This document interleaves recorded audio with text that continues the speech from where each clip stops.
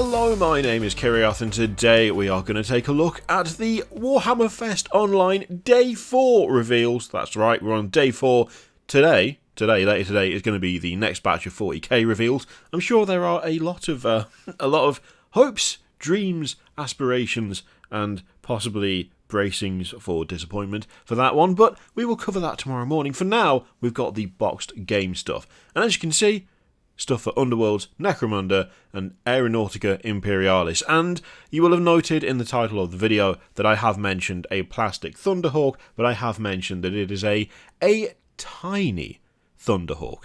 It's plastic, but not necessarily what everyone wanted, which it's technically a plastic Thunderhawk, but yeah, there are some interesting reactions to that, which I think is kind of fair. So, let's get into it. Let's stop gibbering and get into it. So, we have for Diacasm a new warband. It's an Idoneth Deepkin warband. And the most important thing that you need to know about this warband is that it's got a crab. That's it. That is literally everything. I've not seen any of these pictures aside from the crab. The crab has been all over everywhere since last night. Apparently, if you want to make the people happy, you show them a crab. That's how it works. So, this guy, I mean, he looks pretty cool. A bit of a ridiculous... no, that's not his hat, is it? That's not his hat. That's not fair. It's not a ridiculous hat if it's not his hat. Or is it his hat? That's hard to tell. It might be something that's coming out of the back of his collar. Or, yeah, I think that's more likely, isn't it? Which makes it a bit less daft. I do like the hanging lantern thing, like the anglerfish you've got. That's a cool little nod. I do like that. His little pet eel looks good too, as does his hook spear thing. All of the Idoneth weapons look pretty brutal, which I do like quite a lot. It's an Idoneth character, and usually they look alright if a little bit overdone, in my opinion. Then we've got these. We've got the fish, and we've got the crab. The fish is it an angel fish that's got like the big fins, but crossed with a piranha with like a massive single tooth on the front of the lower jaw there, which is an interesting choice. But it does look okay. It's definitely on the more I don't know, like on the more cartoony side of things. These two, I mean the crab. I mean, it looks like a crab. It's a giant crab. I'll be honest, I'm not entirely sure that I'm getting the same level of crab excitement as I've seen a lot of people have over the crab. It looks fine, looks like a cool crab, but it's also just a crab to me. I apologise now to those of you who are massively excited about the crab, but yeah, it's a cool crab. That's about it. There's also this lad who's got a really quite nasty looking spear. I do like that it's a harpoon thing going on there. I can't tell if he's got any eyes. It looks like he doesn't have eyes, which is creepy as anything. And also, are those his teeth? Because it just looks like a big block of white. There's some weird stuff going on with the paint job on that head. Is he supposed to have no eyes and he's gritting his teeth? Because if that's what they're going for, fine. But it's a little bit difficult to tell. Overall, I quite like the model, though. It's a cool pose. I have to admit, I do like the bases, too. The bases are a nice touch, with your starfish and the little shells, and yeah, I quite like that. And she looks great. That's quite a cool pose. I do like that. I also like the way the shields look like shells as well. It's a nice touch. Overall, I think this is a pretty decent-looking warband. I mean, the Underworld stuff, generally, the warbands do tend to look pretty good. You get a nice little kind of, like a nice little microcosm of an entire range, because there's only a few models, but they tend to try and make them, decently varied, which, I mean, for the most part, works really, really well, and they do wind up looking pretty good at the end of it. It's definitely one of the weirder additions to a warband, from what I can remember of the others, but, I mean, you got to appreciate the crab work, surely. Now, they even say in the article, wait, is that a crab? Oh, wait, it looks like you'll be able to put the pinch on any enemies that get in your way.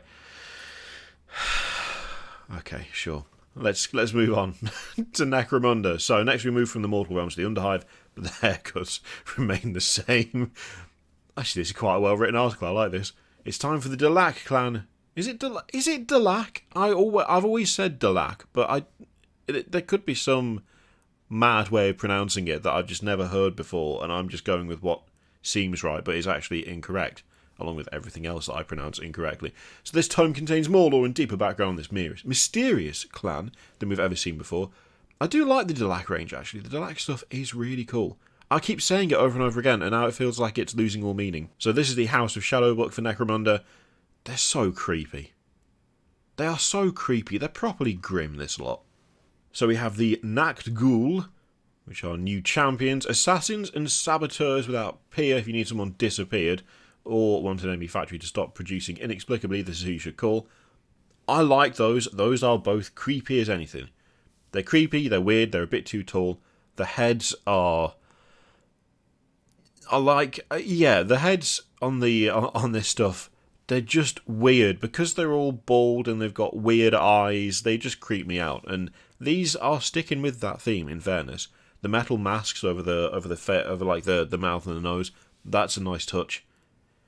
It does add a little bit of extra creep factor to them. I will say that there's something about these that, I don't know, I feel like you could get away with using them in a sort of steampunky, AOS-y way as well if you wanted, to be honest. Like the way the piping works and the way the weapons are done on the guy who's got the two big claw things. I just feel like parts like that wouldn't look amiss, kind of scattered amongst stuff that's been taken off the Caradron Overlords and stuff. Those are cool though. I do like them, and I like the way that they have the movement of the leg under the coats as well. That's a nice touch. You could easily make it so that they don't look like they're really doing anything. You could make them look quite static, but they haven't done that. There's a nice sense of creeping about on these two. I have to admit, personally, I would make the coats black because the brown really blends into the kind of goldy. Yeah, it kind of blends into that sort of dulled, goldy, bronzy colour that they've done some of the metals. But other than that, that's just a colour difference. That doesn't make any difference to anything, really. They do look decent. So we also have these guys, the Psy-Gheists, who are just crazy creepy. So youngsters who have learned to tap into their psychic power. What the hell is going on with these? I mean, he's carrying around a big, like, mechanical snake with cloth around it. Like, does he control that? How does he control it? What does it do? Does it just burn people or shoot people? Got that little creepy claw sticking out of his back as well.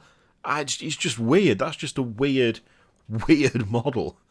I do like it for how weird it is, but yeah, I would love to see an actual rule for that so that I know what it does. Because at the moment, he's just carrying around a big, like, mechanical snake. It's just really odd. And he's got like a couple of fangs in his hood, really homing in on the snake theme there. And the other one with the glowing tubes implanted directly into the head, with the big creepy arms coming out the back of him. Again, they're just full-on freaks of nature, this lot. They just look like a bunch of tall, spindly freaks. And this is continuing the theme, but adding more weird stuff to them. And it's not like technological weird, like the Van Saar gang, like some of their stuff. It's weird because it's like, what is this? What is this, like, alien tech they've got? These guys, I don't even care where the tech comes from. The implementation of it is creepy. What are you doing? Why have you gone for this aesthetic? Absolutely, just nightmare material, some of this. And along with these two, because I've seen pictures of this, there are psychoteric worms and Piscean spectres. We're not entirely sure what these things are, but we're going to have a lot of fun finding out. I don't know if it is going to be fun finding out. That, I mean, I love it. It looks so not 40k related, like 40k base universe related. It doesn't look like Tau. It doesn't look like anything. It's just bizarre. Is that like a brain that's plugged into it? It looks like there's a brain plugged into it. Look at it. There's a bunch of the same glowing tubes. They've still got a bit of that, like, the classic cloth going on.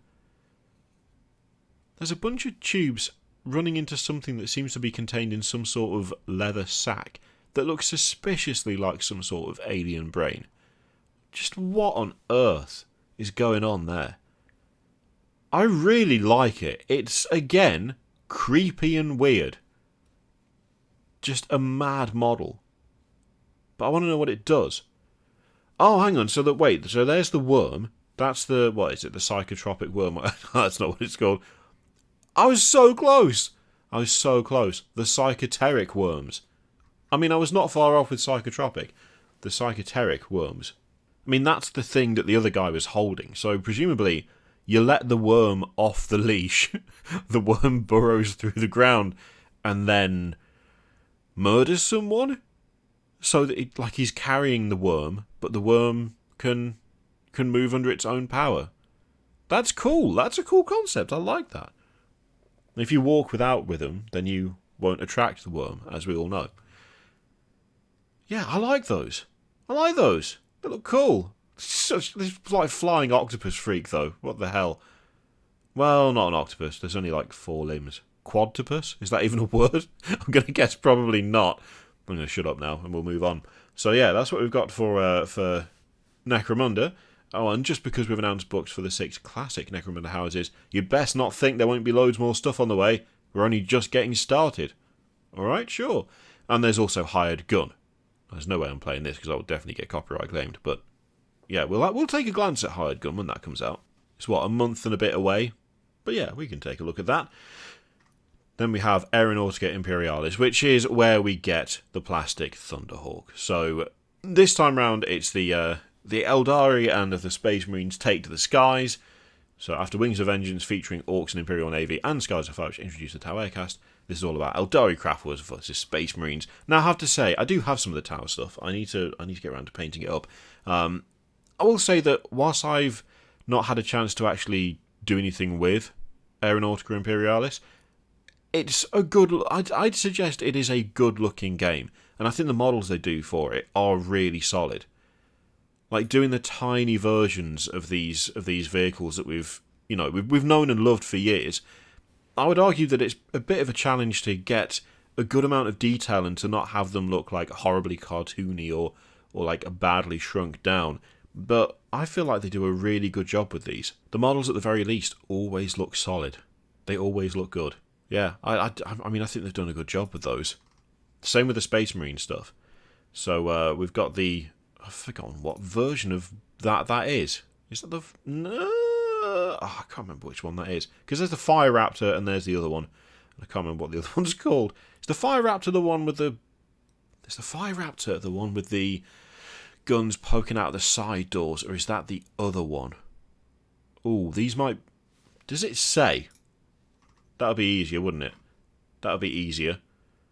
Yeah, they're sleek machines, we know that. We know that. It's just... Okay, Eldari Craft Wars versus Space Marines. They're not going to say, are they? They're not going to actually say in the article. No, they're not. Why? It's going to bug me. I'm going to have to go and look it up. Either way, they do look good. Got the Xiphon as well. That's a solid looking model. Yeah, I do like those. That looks like a decent expansion. That looks like a decent expansion to that game. Some nice looking tiny planes there. Some very nice looking tiny planes. And of course we've got the plastic Thunderhawk. Not quite at the scale that we might have been hoping for. I'll be honest, I doubt they'd ever do a full size one. I don't know why they would. I mean, do we think enough people would buy one to make it worth it? Or is it more worth it just having it as a Forge World kit? And just, dedicated nutters who want to straighten out a bajillion panels before they can get anything done by it. Like, I don't know if they'd ever... I just don't know whether they'd ever decide that it was worth the effort. You watch them announce it tomorrow. You watch them do that. They'd be like, right, well, we gave you the tiny one, but we need to be angry, so here's the full-size one as well. If they do that, I'm going to be both happy and irritated, alright? Happy because it means, hey, you can get a plastic Thunderhawk that's the right size. Irritated because I said they never would. We'll just have to wait and see. They probably won't, right? Probably? Maybe? Who knows? We'll have to wait and see. And then to round off, there's an interview, which you can go and watch if you would like. Let's end on the picture of the plastic Thunderhawk that we've waited for so long. And it's a little miniature baby one. Bit cheeky, that. Bit cheeky. bit cheeky. Very cheeky, in fact. So yeah, that is it for the box games. No Warcry, no Kill Team, no Adeptus Titanicus, no Blood Bowl. There is a lot not there, but then again, they unveil new stuff every single week on the community site. So I don't know how much they have for events like this. This kind of feels like it could have been like just a big preview stream. But I don't know, maybe there's a bit too much for that. Maybe 2 preview streams, one weekend and then the next weekend. I don't know, but this is a different approach that they've taken to showing this stuff off, and it does keep like Warhammer Fest on people's minds, so I can see why they've done it. But yeah, let me know what you think of that in the comments down below. As I say, we've got the 40k one. The other 40k one is going to be this evening, so we'll cover that tomorrow morning, and well, we'll see what's what. See if anything magnificent and amazing shows up. Let me know what you think in the comments down below. In the meantime, feel free to click all the things, Patreon, video, subscribe. Also, click it if you like, don't click if you don't want to. And as always, there's an affiliate link in the description for Element Games, which you can use to support the channel if you would like. I leave it in your capable hands. Thank you very much for watching. I'll see you next time.